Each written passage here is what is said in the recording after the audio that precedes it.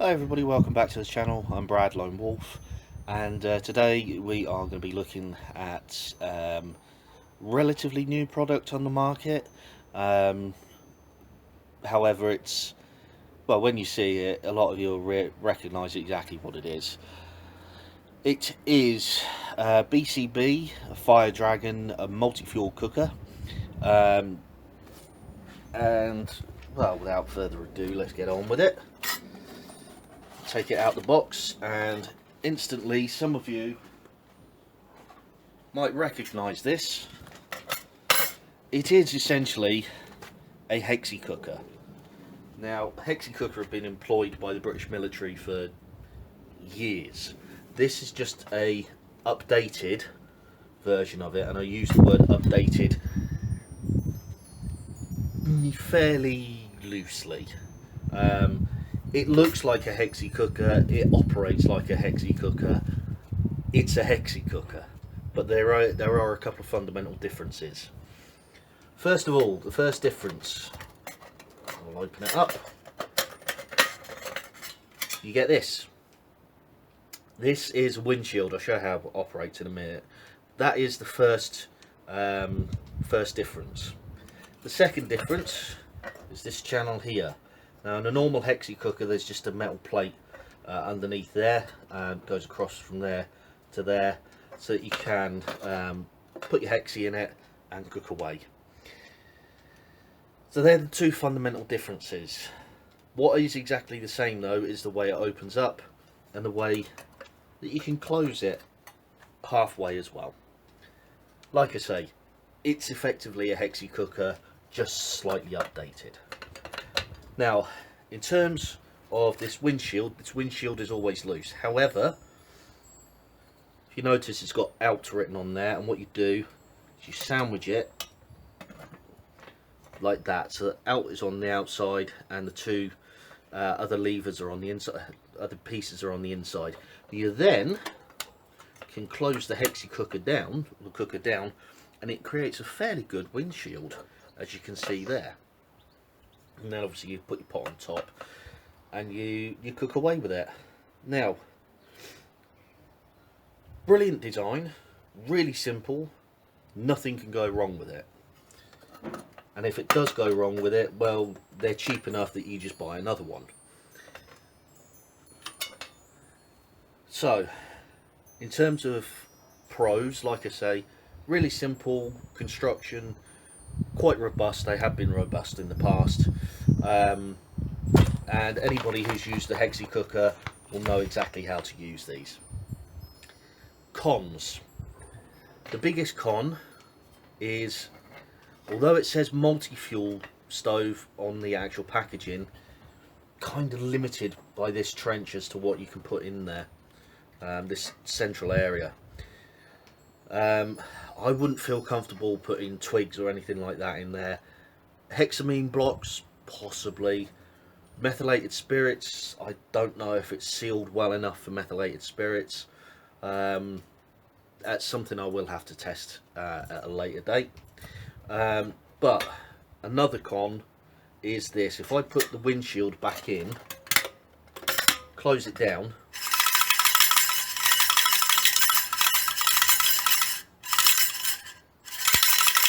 that will get annoying at some point. So I can imagine what would happen is a lot of people would probably get rid of the windshield, which then makes, what's the point in having the windshield in there? Okay, now if you think you could put it that way to stop it rattling, which I initially thought as well, you can already see it's not going to close. So I think a lot of people would either pack this separately or get rid of it. For today, I'm going to keep hold of it because obviously I'm in my garden. I'm not walking with it, so as soon as I'm done, this will be going back in its packaging and then be put back in its and then be put away until I need it, until I come to use it. Okay, moving on. The second thing we're looking at today is Fire Dragon solid firelighter fuel. It is designed to drop straight into there, actually, into the central trench. Again, when I first saw the packaging and I first saw that down there, my immediate thought was, oh, it's just hexamine blocks. Turns out I was wrong. As you can see, I've already opened the packaging, and although you can't see it, obviously there is plastic in there. Open these up. So that's one of the fire dragons. Put that down there because obviously they are flammable. Okay, green and clean, solid fuel, lightweight and waterproof, environmentally friendly, fast boil time, all the usual on there. So let's have a look at what these actually are.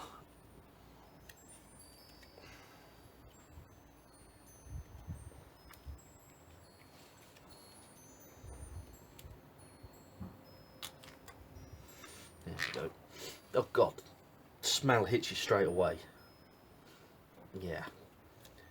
Oh, that's a familiar smell. What is that? Kind of smells like paint thinner, turpentine.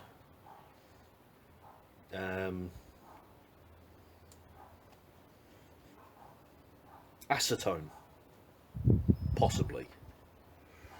But that's the gel. That's what it looks like. It is actually a solid gel. It will come out in one lump. Yeah, it's kind of waxy. Let's put it in there. But it isn't hexamine like I first thought. Let's set this up properly.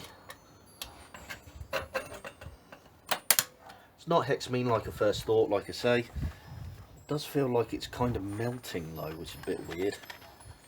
Let's have a light.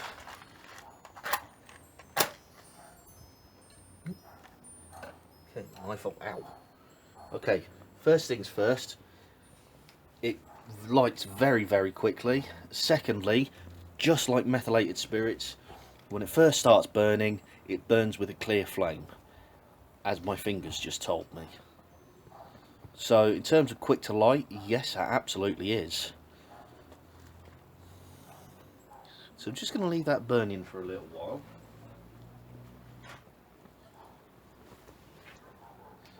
Now, for years, people have been looking for alternatives to hexamine and methylated spirits. Hexamine because, well, good as hexi is, in large doses it can start causing, it's got nasty side effects. And methylated spirits, people have wanted to get rid of for years because it is essentially 100% alcohol. As I say, I've never seen this stuff before, so you're watching it as I'm watching it. And it is melting. Kind of looks almost like candle wax.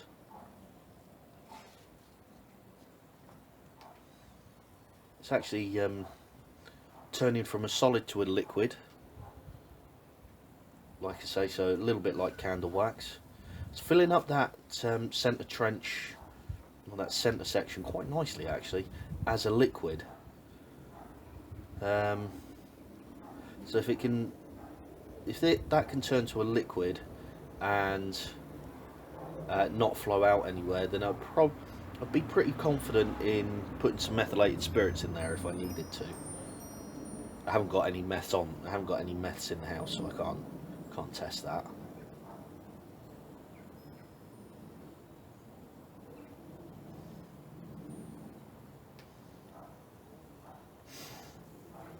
Interesting. Almost like there's a skin that's left over.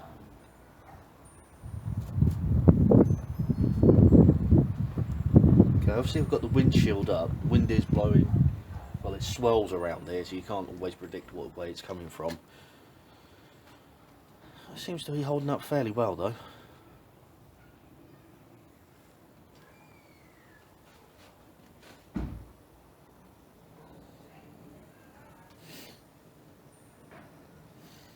So, I think how long it says it can burn for.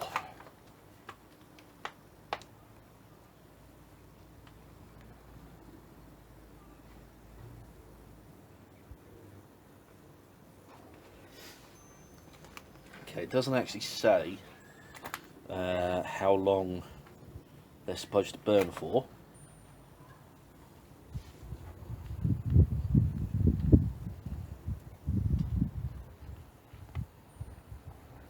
It also doesn't say what they're made from.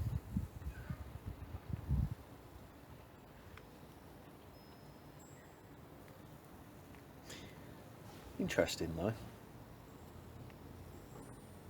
The fact that it liquefies once you've lit it. You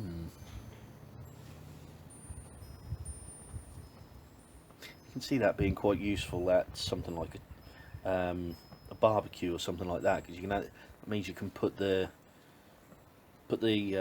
potentially put these on top of your charcoal, light them, and as they flow down, as it liquefies, it flows down and catches the charcoal alight.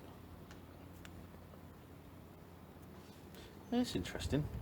It says on the back of the packaging there, I don't know if you can read that, Fire Dragon solids can also be used as an antibacterial hand cleaner. Useful for today, I suppose, or the current situation in the world.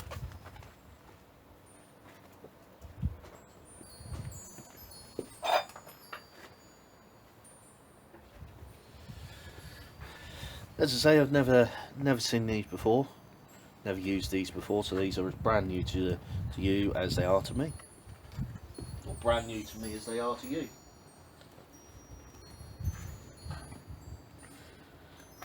I'm just going to pause the video there and just let the fuel burn out. Let's see how long it lasts for. Okay, so you can probably see it's raining, but that hasn't actually put the flame out. What is going to put the flame out though is the fact that it's almost out of fuel.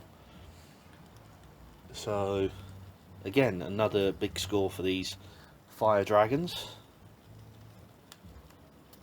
So overall, I'm actually quite impressed with the Fire Dragon itself, the fuel. The hexi, the stove, it's more or less just a hexi stove, and that's actually the flame gone out. I'm not saying it's a bad design. I'm not saying that you shouldn't get one.